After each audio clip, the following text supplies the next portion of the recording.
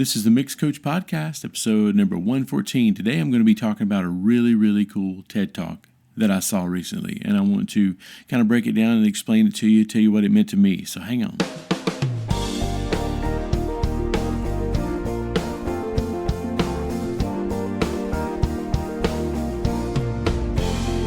Okay, so I have a weakness and affinity for TED Talks. I love watching TED Talks, and sometimes, to be honest with you, I spend too much time watching them.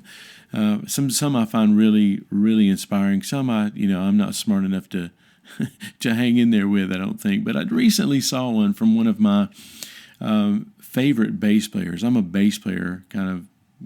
I've always been a bass player, and I've always had a love for that instrument over any other instrument, really.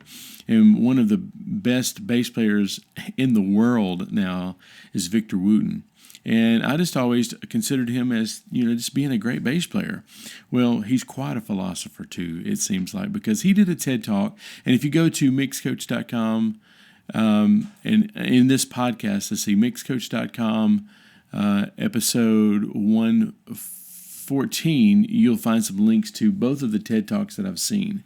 But I wanted to kind of break down what he was talking about. The name of the TED Talk is Music as a Language. And I thought, that just kind of sounded kind of touchy-feely.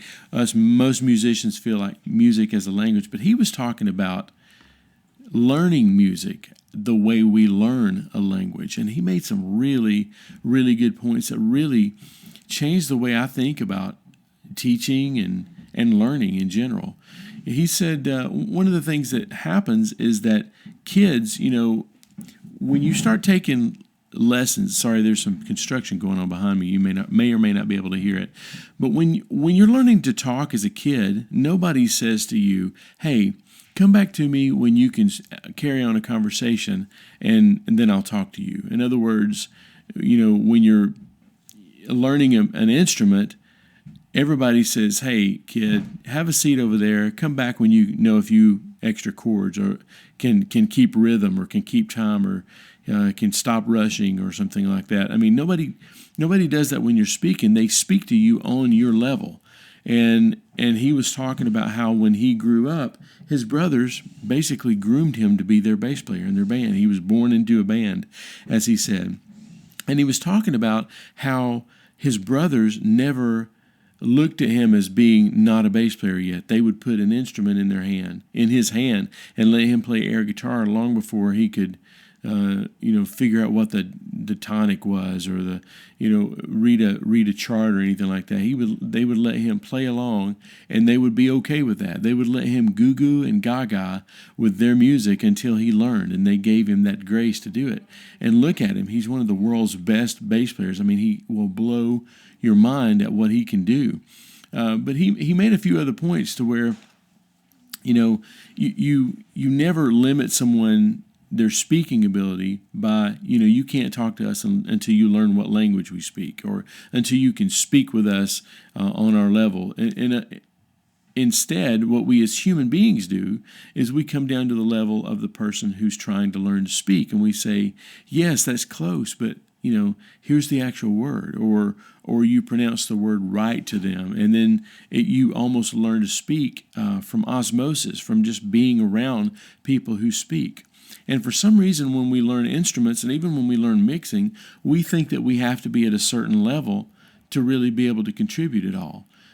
He made a couple of points. He said, and this is one thing that I have to do, and because I constantly make mistakes, but he said, embrace your mistakes instead of trying to correct them.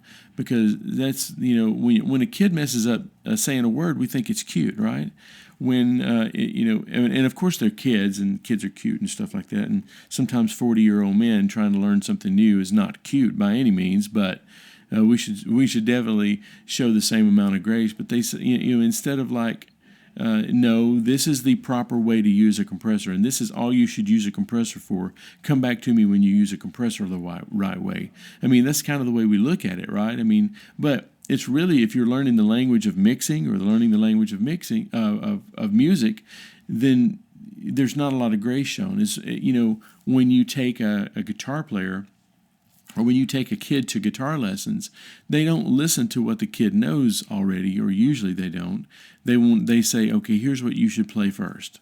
And, kind of disregarding, at least, the not so good teachers sometimes may do that, and I don't know, maybe teachers have a different approach, and I don't want to throw anybody under the bus here, but, suffice it to say, what I'm trying to say is that sometimes you're told what you should think instead of like listening to what you're thinking.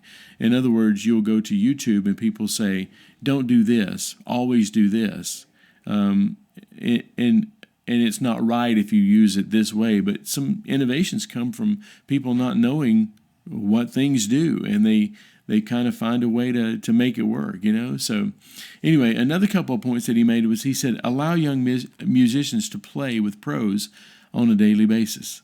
And I think that was the advantage that he got. Look at the bass player that he is. And he got to play with his brothers who were very accomplished musicians by that time. He got to play with them on a daily basis. And that's exactly what he was doing. His next point was play more than you practice. I mean, when we're mixing, a lot of times, sometimes we get so caught up with what we should be doing in the mix and what's going to make the mix sound best that we don't really have fun with it anymore. And the whole reason we got into this was that it was fun, right? I mean, I know that's the reason I did. It was like I could not, go to sleep at night sometimes because I was thinking about what all cool things you could do in a recording studio, how you could punch in and how you could even cut the tape and splice it into another place. Now I'm telling my age here because I actually work with old school stuff. And now DAWs, I mean, look at all the plugins that you can do. And speaking of plugins, another point he said was music, it comes from the musician and not the instrument. Let me repeat that. Music comes from the musician and not the instrument. So your sound comes from you and not your plugins, right? It comes from like I've asked before on my some of my membership sites. Hey, let me ask a question. Asking the person I'm talking to, whose mix do you think would sound better, if Chris Lord-Alge come to your studio and mixed in your studio, or if you went to Chris Lord-Alge's studio and mixed in his studio? And the answer has 100% so far been, of course, if Chris Lord-Alge came to my studio. It would sound awesome. It would sound like a Chris Lord-Alge mix. And that's true. Think about that. I mean, it's the experience that the mixer has. And how can you get experience unless you're willing to fail? Which will be a point I'll cover in just a second. So think about this. Music comes from the musician and not the instrument. So your mix comes from your ears and your experience and your knowing what to do. And not the plugins that you're running it through, because everybody wants to sell you a new plugin, and I'll admit there's really cool plugins out there, and there's plugins that honestly I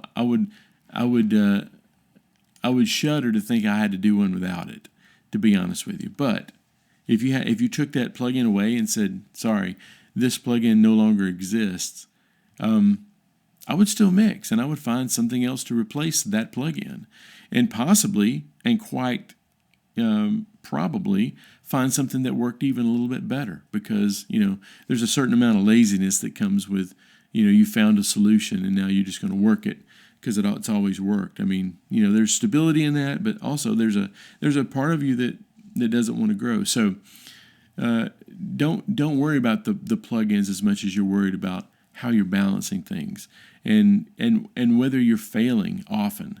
So here's one last point, and I'll if you want to see the really cool, I'm going to embed these into a blog post coming up, and these videos I'll put both of them on the blog post. Just go to MixCoach and look for music as a language. Music is a language. So the last point I want to make, and that Victor said, was a child speaks for years before they ever learn the alphabet. Too many rules on the onset will actually slow them down. So a child speaks for years before they ever learn the alphabet. A child speaks for years. That means a mixer, if you were thinking of a mixer as learning to mix, a mixer mixes for years before they ever learn the big differences between an 1176 and an LA2A, or which model of LA2A is better. Is it the blue? Is it the black one? Is it the blue stripe? Is it the silver one? No, nobody knows. I mean, so I mean, or you can mix for years and mix well and not really know those details sometimes. It has to do with a feel, getting a feel, and getting a mix to sound. Working, sweating over a mix to get it to sound like you want it to, but in the process, having fun. It's all about having fun too. But anyway, a child speaks for years before they ever learn the alphabet, which means you can mix without knowing about a lot of things. I mean, there's basic things you need to know about. Tone, balance, phase. You need to know those things. How to brighten something up, when to cut something as opposed to brightening, when something is obviously out of phase, and when you're trying to fix the wrong thing. Now, you should know that stuff. That's your goo-goos and gagas, right? But, there's a lot of mixing you can do before you ever learn what K14 metering is and all this fancy stuff. You don't, and too many of those rules. This is the continuation of the quote. Too many rules on the onset will actually slow them down. That means trying to figure out what all this stuff is will actually take some of the joy right out of mixing, right? So anyway, I was really inspired by Victor Wooten's TED Talk. There's actually two of them. There's one that's got a musical underscore of him playing Amazing Grace on the bass, which is, it's almost distracting. It's almost like that you don't want to pay attention to what he's saying because you want to hear what he's playing. So anyway, check it out and let me know which one is your favorite. But as you can see, it really impressed me because I devoted a whole podcast to it. But I do this podcast to encourage you. I want you to be encouraged. I want you to, if you have an inkling to want to be a mixer, I want to help you. So I have several ways to do that. I've got some courses. I've got a lot of free stuff on the MixCoach website. I've got the podcast, the YouTube channel, and I've got some other things too, like a membership site, which is mixcoachmember.com, which, we are just a band of brothers in there who mix a lot and who fail often. And early and often. And then also there is a course that I walk you through my whole mixing process. It's called the MixCoach Approach to Mixing. And you can find it at mixcoachapproachtomixing.com. So anyway, with that, sorry about the little advertisement there. But anyway, I do this podcast to help. And if I can be of any help to you, be sure and let me know. Support at mixcoach.com or go check out one of the products, okay? Or the YouTube channel, the podcast. Thanks for listening to the podcast. Anyway, I feel like I'm rambling a little bit now, but anyway, it's been good hanging out with you for a few minutes. Hope you have a blessed week, and I will talk to you soon.